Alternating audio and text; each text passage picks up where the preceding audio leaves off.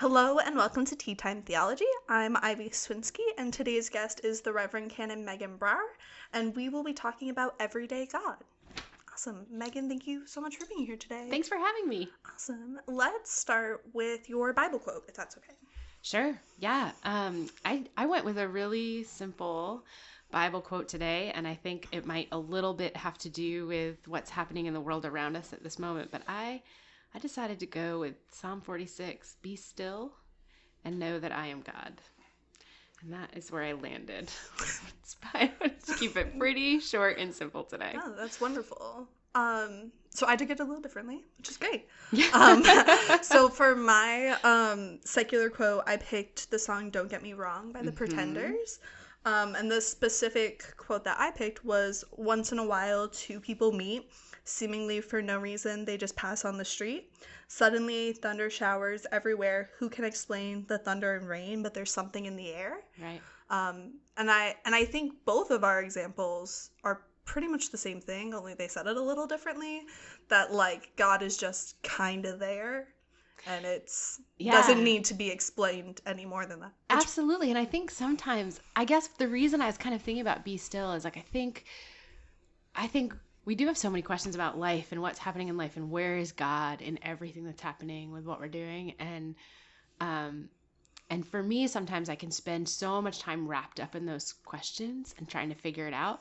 And the way that I come back to my real deep knowing about where God is and how God is working in the world, all parts of it is in that stillness and in that kind of like, sometimes for me, the answer is simple to try to figure it out, which is, or at least that's where I need to be today. Absolutely. On this day. And I think it's fun that like, if we recorded this on a different day, your quote could have been different. Oh, it would have been completely different. Yeah, right. And so, but I do love that song, and it gave me a great.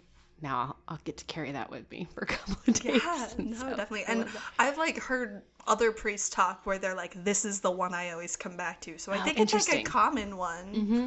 It is. It's not been super common for me. Stillness is not my go-to. I know.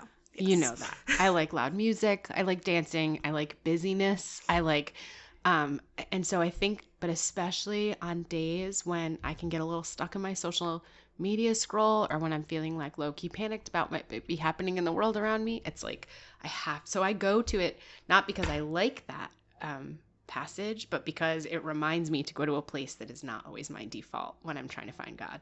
Awesome. Does that make sense? That makes so much sense, and I love that. So let's just jump sort of in. Your topic's really broad, everyday God.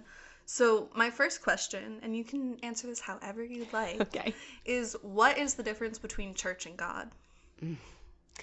You know, I'm going to just tell you a story. Great. Awesome. So we just had our first ever confirmation camp up at ECC, and it was a program. Can you tell us a little bit about ECC if we don't know that? So the Episcopal Conference Center, which is our summer camp and retreat center for the Diocese of Rhode Island, not actually a conference center, but we like to confuse people. So we call it ECC. It's out in Pasco, Rhode Island, and we have 8 weeks of residential summer camp programming, and then we are open for retreat groups year round, and we offer our own programs on the weekends for adults and for kids all year. And so we've been there since 1949, and I grew up there as a camper and counselor and have been the director there, which I should mention. I've been the director there for coming up on 8 years. Wow. So, yeah. So at any rate, we did this brand new program. It's called Confirmation Camp because I thought we have all of these parishes in the diocese who are trying to have their own confirmation classes. And some parishes are able to make that happen. They've got a big group of young people and adults who can support the program. But I thought maybe a way for us to help provide a service to the diocese is to gather all the young people who are in the confirmation process in one place at one time, cover the general content you would have for a confirmation class, and then also give them a chance to have a good time and have some fellowship and get to know other young people around the diocese and get to know camp. So that's the framework for this question. And so we started the weekend and we asked the young people how many of them were at camp because they had been encouraged to be at the program versus if they really wanted to be there. And there was heavy on the encouragement. Okay. And so we kind of kicked off the weekend talking about the sacraments, talking about confirmation. And then after we'd been talking about it a little bit, I thought, I feel like we need to back up a little bit. Like we've started out with this assumption that everyone who is here believes in God, which seems obvious because they are part of a church and they're part of confirmation.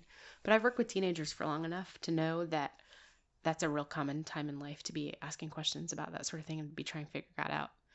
So, we kind of paused the next lesson we were supposed to do, and I spent some time in the room with them saying, let's talk about this. What are the reasons why you wouldn't believe in God? And then we flipped over to the reasons why we would. So now I'm going to answer your question. That's okay. When we were talking about why you wouldn't believe in God, people started talking about, some of the things that you would expect, right? Like, because there's evil in the world, or because there's no way to prove that there's a God. And then it pretty quickly shifted a little bit. And what a lot of people's issues were about God were actually issues with the church, with the institution, and the way the institution has made some choices. They've made some bold choices over the years. And so I kind of stopped and said, okay. I just want to name that there's two things going on here. There's like why you might not believe in God, and there's why you might not believe in church, or in the institution. And so it gave us a great kind of jumping off place for the rest of the weekend, because I said, now you can spend some time like keeping these things in the back of your mind and thinking about your own personal faith journey, but also learning about the Episcopal Church, how the Episcopal Church makes decisions, who the Episcopal Church tries to be in the world, and it can help you make a really informed decision about the church. So all of this is to say, in a perfect world, the church is the place that we go to meet God in worship and to meet God in one another, and to help find a community with which we can bring God to people in the rest of the world, in a perfect world. And I think sometimes we get it, right? And then God, of course, is our well, do I have to define God? I don't think I have that in me. We can stop that. We can stop there. Thanks. This is too hard a question. Yes. God is God. I am. There's some names. Yes. Definitely. Thank you for that. And you're right. I think that when I was in high school, I went to a happening weekend with you, and you gave this super short sermon that I still remember and carry with me daily. Oh, wow. Yeah, it was really good. Which sort of goes with this, where it was about the sower and throwing the seeds. Mm-hmm. You came up and you were like, I don't know about any of you, but I couldn't really pay attention during this. Which how you started it. And I was like, great, someone else is there. But you said that sometimes we want so hard to be the seeds, but all we need to be is the good soil. And that it was really good. Yeah. I have a vague memory of that. Yeah, and that is an idea that I have taken with me, and I think relates to this idea of church versus God, that sometimes we want the church to be something more than it can be, just because of what it is, and that we just need to be that soil. So. Wow. It's really kind of fascinating the way you've just used something that I've said to answer my question better than me. That's cool. Great, yeah. Good work. Yeah. So we can end now. Yeah. Perfect. We peaked. Great. It's true. Yeah. It's true. So thinking about everyday God, you sort of, ECC treats religion in a certain way. I'm trying to figure out the best way to phrase this. But if you go to a church service at ECC, it's going to be vastly different than a church service you would experience in your sort of everyday Anglican church that you walk into. Do you think there's something in the way that you present services and the activities you do throughout the day at camp that sort of bring God to through a different lens? So as to the part about worship, our worship is a little different, and I spent, a lot of time. I should probably mention that I also have a small church that I started in Pasco called Church of the Beloved. And I started the church because so many people that were coming to camp said, I just wish I could find a church that felt like camp church. Mm-hmm. And I was like, okay, I hear that. But then I started saying, like, what does that even mean? Like, why is camp church that different? Because we do a shortened version of right to straight out of the prayer book. It's the same words. It's like, it's the exact same words. But I would agree with you that the feeling is pretty different. And what I finally just kind of spent some time thinking about that and narrowed it down to a few different things that happen at camp church that people might not, at least right away, feel in another church. One, I do think people like the music. You know, there's a guitar and there's a ton of enthusiastic singing because camp people are weird. And so we're just excited to be singing at church. I do think there's a level to which people like the fact that you just go in whatever you've worn for the day. Like, right? I think that shift is changing in the church in general, but for a long time, there's like, you have to put on your church clothes and people like that they can just wear whatever they're wearing to camp. We are all, we sort of worship in the round at ECC. It's the barn, but we're all on one level and we're all real close together. So there's not that, I think that fosters a sense of intimacy in the worship because there's so many of us in that space kind of packed in the round. And then I think the other thing is just that because people are at camp together, they have formed relationships with one another. And so the worship is more meaningful because when the peace comes around, they're turning to people who have very quickly become friends and really important people in their lives. And so when I started Beloved, I tried to take some of that with me. In that we worship in the round, we use, different music than you would typically hear in a traditional Episcopal parish. And then we have a potluck every week to try to form those relationships. Mm-hmm. I think the relationship piece is how people experience God in a different way. I mean, it's not different than how people experience God all the time, but there's an intensity of it at camp. And one of the things people say over and over again is I feel just totally accepted. Like I can be who I'm meant to be here, and everybody celebrates that. I don't need to try to be anything that I'm not. And I think that level of being comfortable in your own skin and being celebrated for who you are is just part of what breeds that kind of closeness to God and connection to Spirit when they're at camp. And so I think that's a way we kind of connect with God a little bit differently when we're there, if that makes any sense. No, it did. Thank you for that. And how are there everyday activities that people do that also have them have that connection with God? I mean, I think once you are, that's an interesting question. And I think it's one of the things that we try to teach people isn't just what's happening at camp. Right? So people feel close to one another. They feel accepted for who they are. They feel wide open, like they can just be their true selves at camp. And then they leave camp and they feel like they kind of have to go back to the way they are in the world. Right? And what we try to teach and show people is that this is about how to become your truest self everywhere you go. It's why I call my church of the Beloved, because what I've seen over and over again is the thing that especially teenagers that I work with out there most crave is to know that they're loved for just who they are, that they don't have to try to be anything different, right? And that they experience that they're loved by others at camp, and that helps them figure out that they are also loved by God, right? They experience God's love through the love of the other people that they're friends with there. And so I guess what I would say is everything we do there in the context of that relationship and celebration of one another and love, everything we do there becomes about God. Our talent show is about God because somebody gets up on the stage and does something stupid that really talent might not be part of the equation at all, but they're up there on the stage so that we can clap and cheer for them, and so that we can laugh together and we can sing together and we can cry together, and we clean bathrooms together at camp. And we don't put that on a brochure or anything, but it's one of the things we do. We work, we take care of we take care of the community together, and that's part of our stewardship, and that becomes about God. Like, it's just kind of the nature of the community that we create there makes it, I think, so that everything we do. Yeah. You sort of dropped a word there that I would love for you to give me your definition of, and that's stewardship. I know you said it, and I was like, I'm gonna put her on that spot.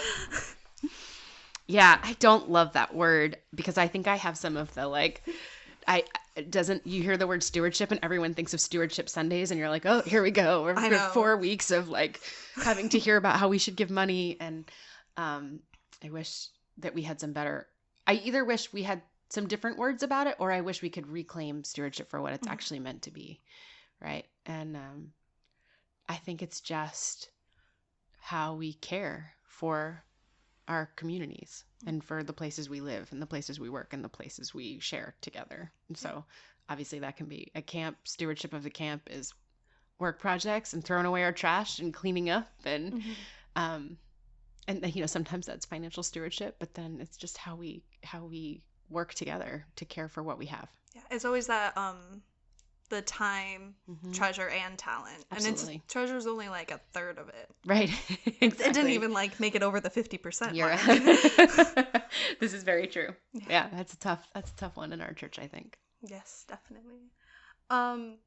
So I went to yoga for the first time yesterday. I know. For the first time? For the first time ever. It was quite an experience. Not sure if we're going to do that again. Whoa, oh, yeah. Yeah. But it was definitely sort of an experience. And while I was there, something I definitely wanted to talk to you about, because I know that you like Zumba and do that kind of stuff in your life, is that I could see why people do this sort of as a ritual practice in their life to be mindful. Absolutely. As well as a sort of like godly prayer time. Yep.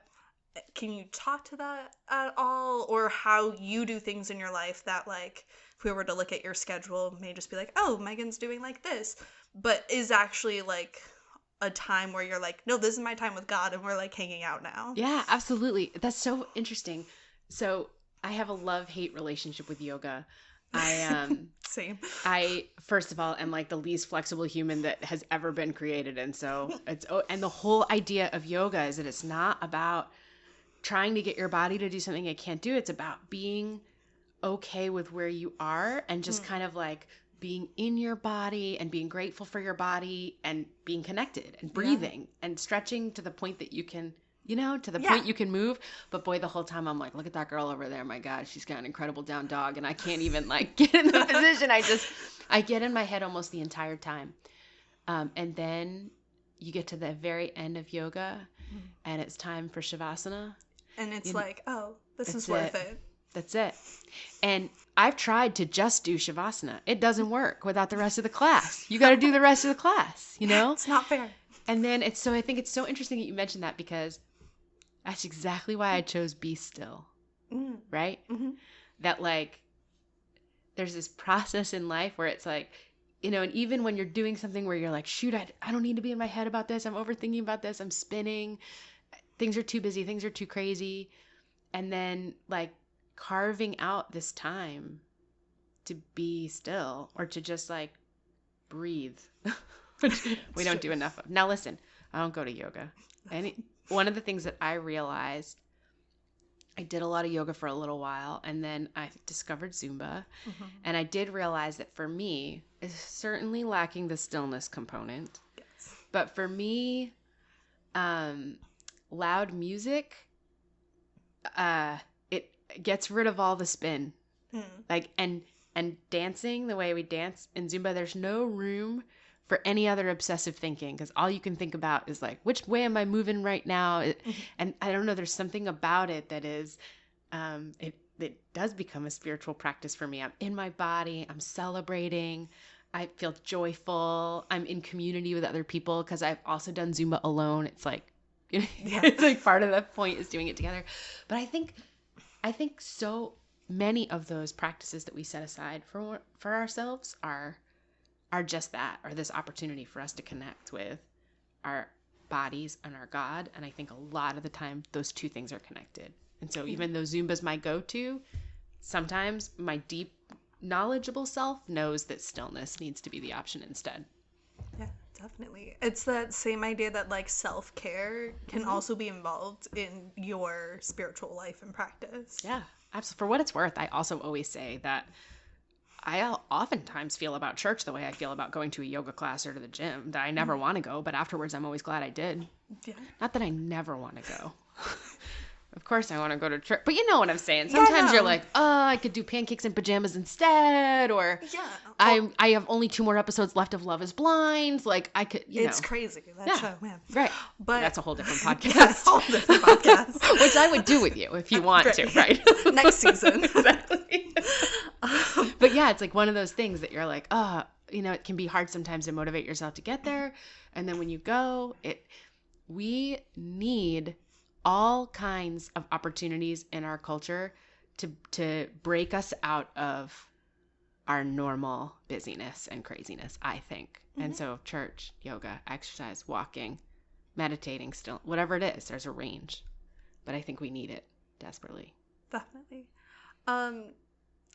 So I want to talk a little bit about prayer life, because I know for me personally, I don't really love that phrase of it, because I feel like a lot of like Lenten programs that people do, it's like, how to enrich your prayer life, and it's like, what do you even mean by that?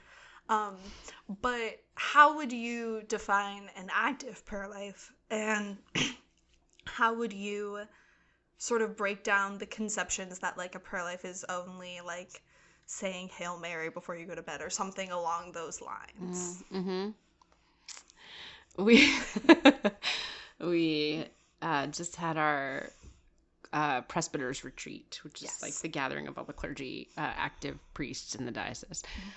Just happened last week, and we walked the labyrinth together. There was this beautiful labyrinth at this Catholic retreat center where we were staying. We walked the labyrinth together, and then we were reflecting back on the labyrinth, and I kind of fessed up to the group that when we do, not just when we do labyrinths, but I said, you know, I have always wrestled with this feeling like there's a right way to be a priest or a right way to be a Christian, and I'm never quite sure if I'm doing it the right way, you know. And I said, like, I don't like morning prayer, and then I feel like somebody's gonna come, you know, like smite you. Oh yeah, right.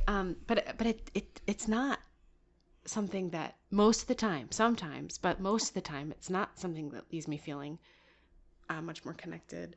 And then when we do a labyrinth, I get in my head like, okay, now we're doing the labyrinth, and this is supposed to be a prayerful experience. So am I walking too fast, or am I walking too slow? And how's my face? Do I look like I'm connecting with, you know? And I just, I get in my head about whether or not I'm doing those kind of prescribed prayer activities with enough piety or whatever it is. Like, am I serious enough? I don't know. Am I doing it right? I'm not sure if I'm doing it right. And then I think like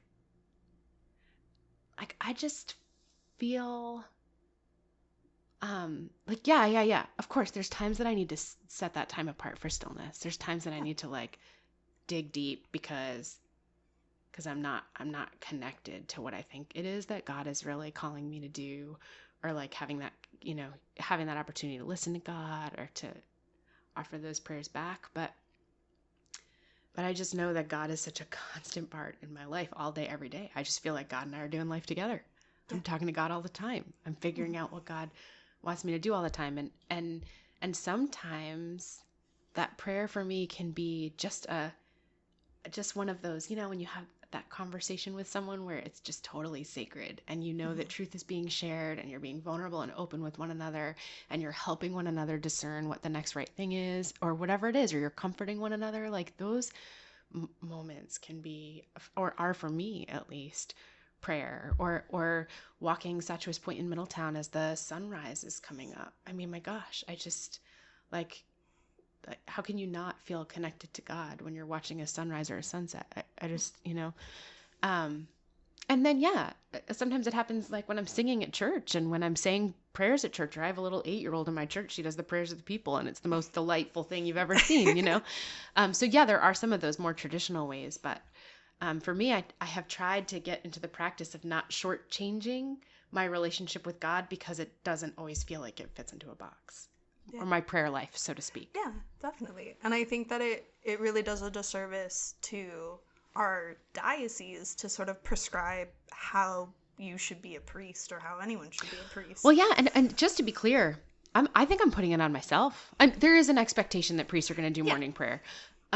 But I think for the most part, you just kind of get in your head sometimes about the way to do something the right way, whatever it is. And so I have always said that anytime anyone talks about prayer, all I see are those little, what are they called? The little precious moments, the little porcelain figurines of like the little white kids with their hands clasped in front of them, looking up, kneeling. They're in robes. I don't know why they're in robes, or at least in my head they're in robes. But you know what I mean? Yeah. That's always what I see in my head as like the definition definitely. of prayer.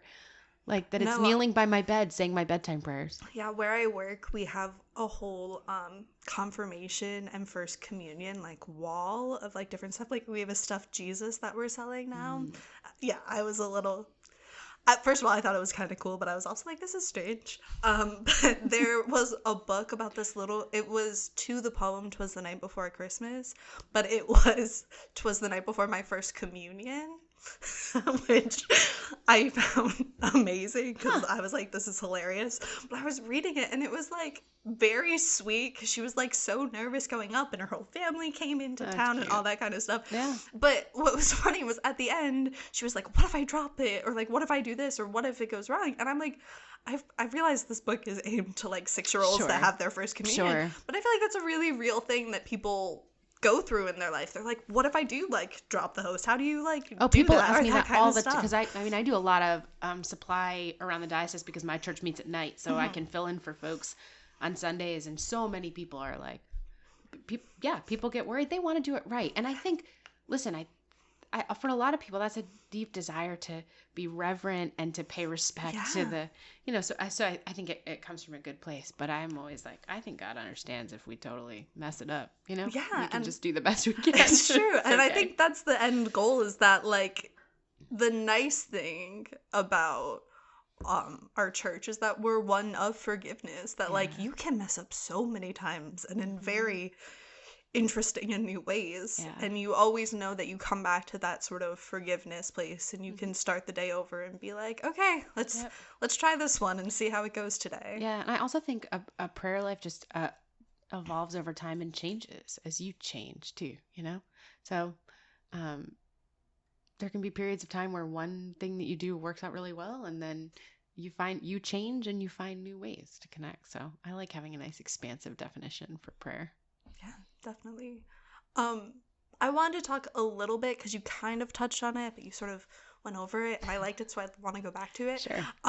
This idea of the sacredness of everyday activities, because there is sort of that idea you put in your head that like, oh, this is the moment, but like I love and feel a sacredness of driving shotgun in a car and jamming out to music, and that kind of stuff, and how does that enrich our lives in a different way?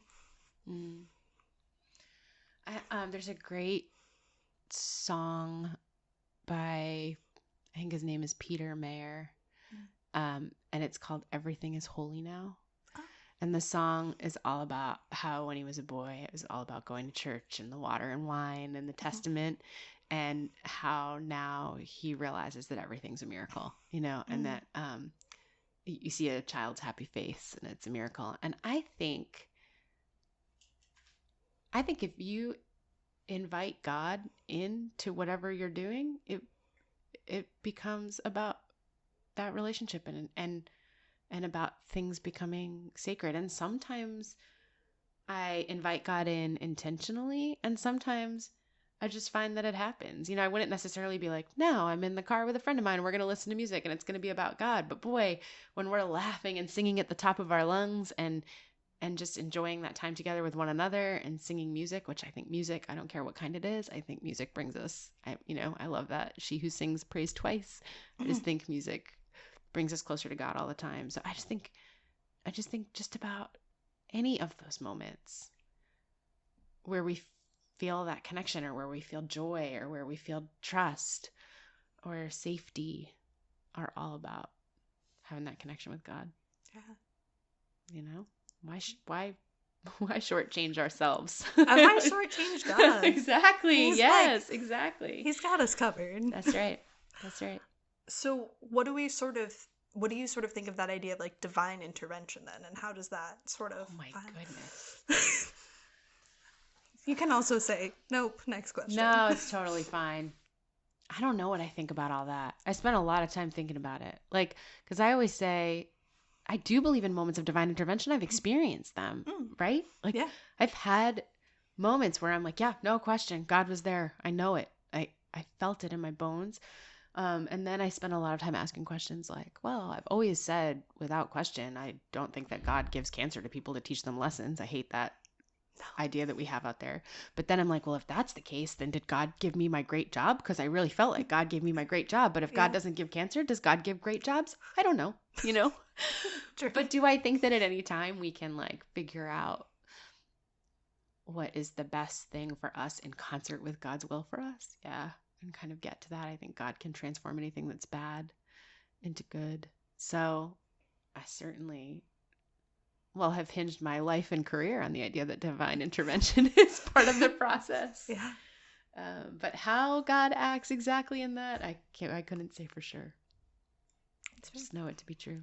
And what do you do when you feel that disconnect from God, or you feel like he's not there for something?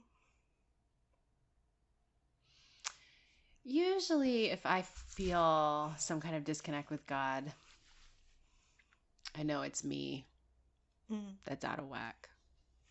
And so again, to keep coming back to this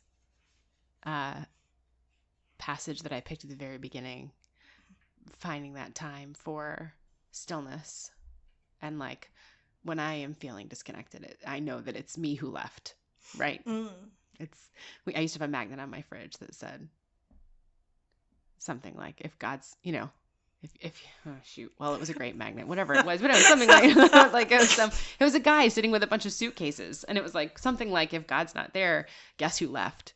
It wasn't that God left, it was that you left. And that's at least my truth, is that if I'm not connected with God, it's usually because I've gotten caught up in some other kind of obsession or whatever. And so to me it's a flag to just stop what I'm doing and to do one of those things that we've just talked about that I know is going to give me that connection, right? Yeah. So like sit down with that friend that I know is going to speak truth to me, or like go to a yoga class and suffer through it so I can get Shavasana, or, go sit. For me, I just love to sit in my church by myself, and it's got great acoustics when you're alone, so to sing. I love being in churches alone. I know, it's the which best. Is a little weird. No, it's but the like best. It's the best. So, because the thing is, I feel like a quiet church is one of the most easy places to sort of be, especially when like the stained glass is just shining. I do. I love it. So same for the barn. I love to be in the barn at camp alone. So I just know that I have to kind of hit the brakes sometimes. Say like, okay, I'm not connected right now. So it's time for a reset. And I feel I do have a good sense at this point in my life when I guess you could call it out of alignment. I go to the chiropractor sometimes, and I always know when I've fallen out of alignment in my body. And I tend to have a good sense of that with my spirit as well. When I'm out of alignment, I need that adjustment to get back in line. Yeah, no, I love that idea of like God being the chiropractor of your life. Like, that's hilarious.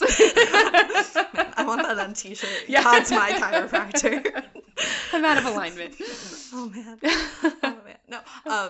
When I was younger, my grandma always used to say that the idea of sin, because I had like some issues with choices in the Bible, like when Jesus flipped the table, I was like, what is that? I was like, how is no one calling this the craziness that it is?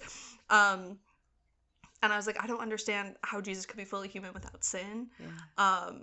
And someone finally explained to me that sin is when you are out of that alignment with God. Yeah, exactly. And that sort of idea. And since Jesus is God, he couldn't be out of alignment with who he is. Right. But we don't want to bring up the Trinity tonight.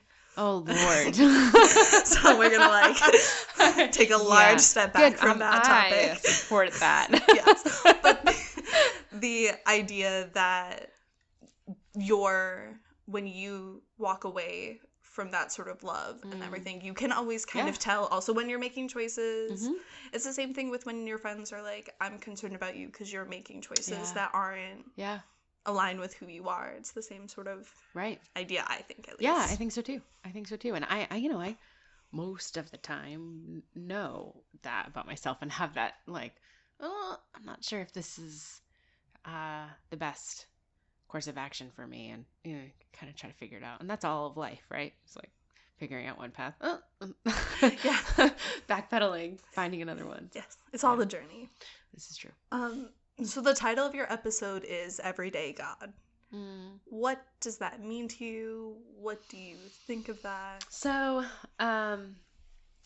I grew up in my life and in my household with a lot of exposure to 12-step programs. Mm-hmm. And so I grew up knowing the 12 steps of AA in particular. And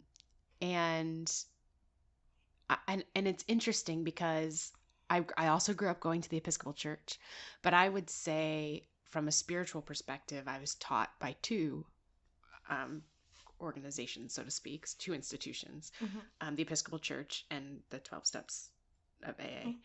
And that gave me this kind of interesting, I don't know, I feel like it made me pretty well-rounded.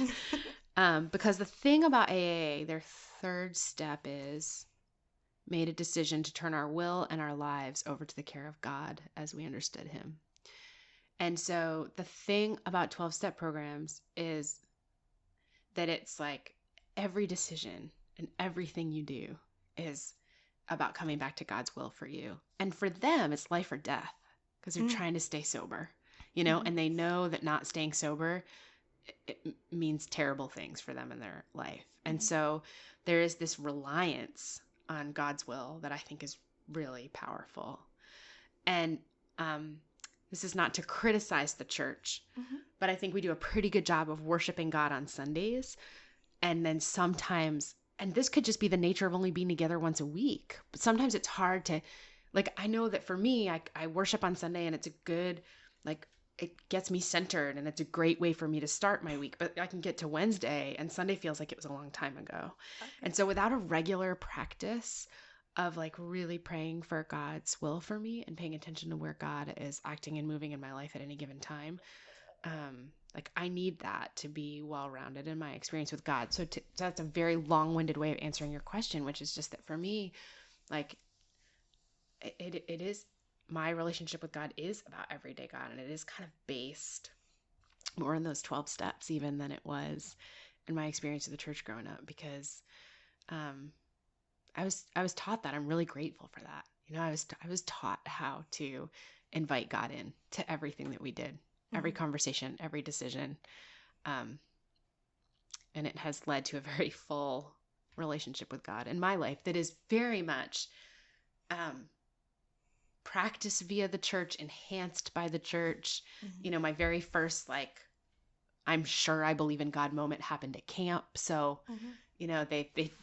I need both of them. And then of course, like as the years have gone on, there've been other ways that's expanded as well. But for me, that's kind of where I come down to. How do you think the church could supplement that idea better?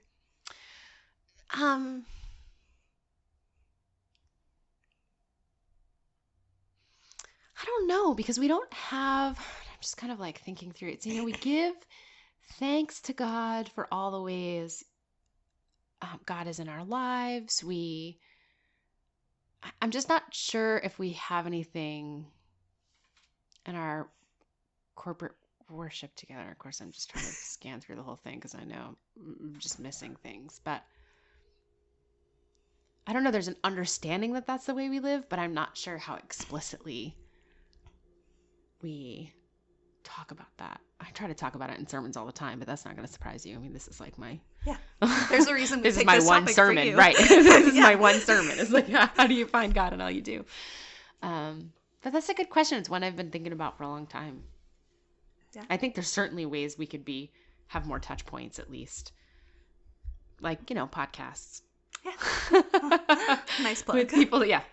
You're welcome. And you have a blog, don't you? Oh, I do. My little neglected blog.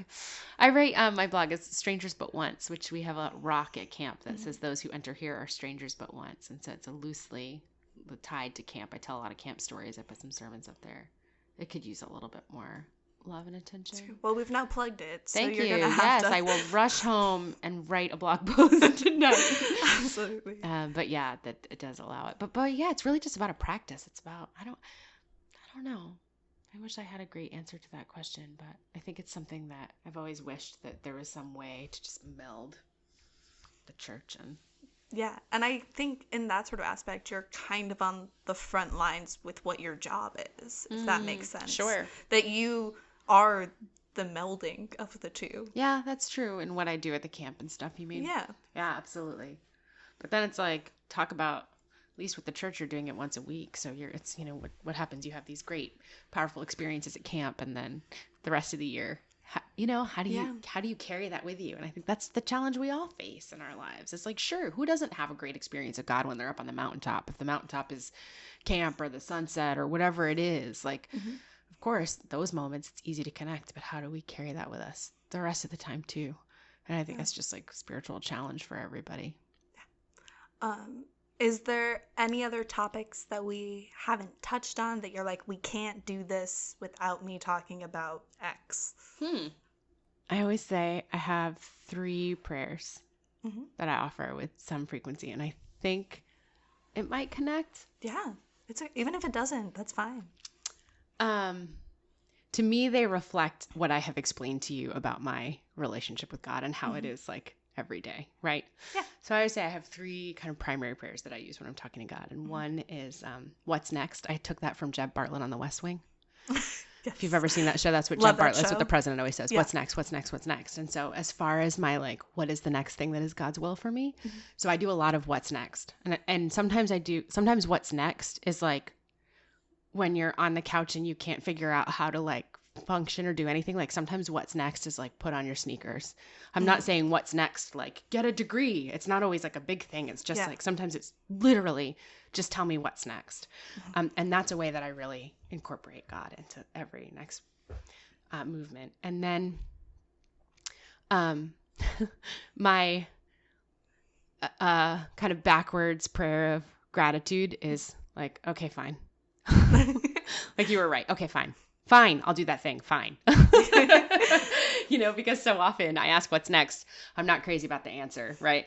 But then in my experience, if I just trust the next, then life tends to unfold in a way that's really powerful for me.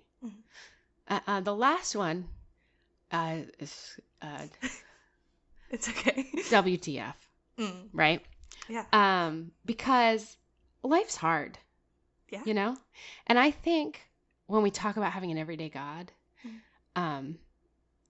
if you think that your God can't handle a bad mood or a bad day or total despair or a couple of expletives, then you're shortchanging what God is capable of doing in your life, And so I like to just kind of name that as one of my prayers because sometimes that's all I have.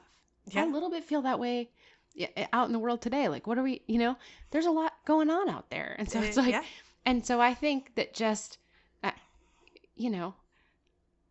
I think just being before God with all of our questions and all of our uncertainty and all of our honesty and all of our humanity is totally fine. And so I just like to kind of tell people sometimes that I think, our prayers can cover the range and can be all of our feelings and all of our questions, and that God can handle it all. And that is the thing I would say for me when I'm talking about how I really live that relationship with God every day. Those are some pretty important. I'm totally going to steal some of those. Those are awesome. Anne Lamott has a much lovelier book called Help, Thanks, Wow, which is probably more podcast appropriate too, but it's okay. That's, that'll be my book that I'll never write because I can't even get a blog post written. So it's okay. Well, thank you so much for being here today, Megan. If we wanted to see you on a Sunday, how would we do that? Yeah, so you can come on out to Church of the Beloved, which is all the way out in Pasco, but you Rhode Islanders can handle it, and we give you dinner because there's potluck usually after. And then we have a bunch of events in the church, and you can find, a bunch of events at the camp, and you can find information about camp life and about Church of the Beloved at our website, which is eccri.org.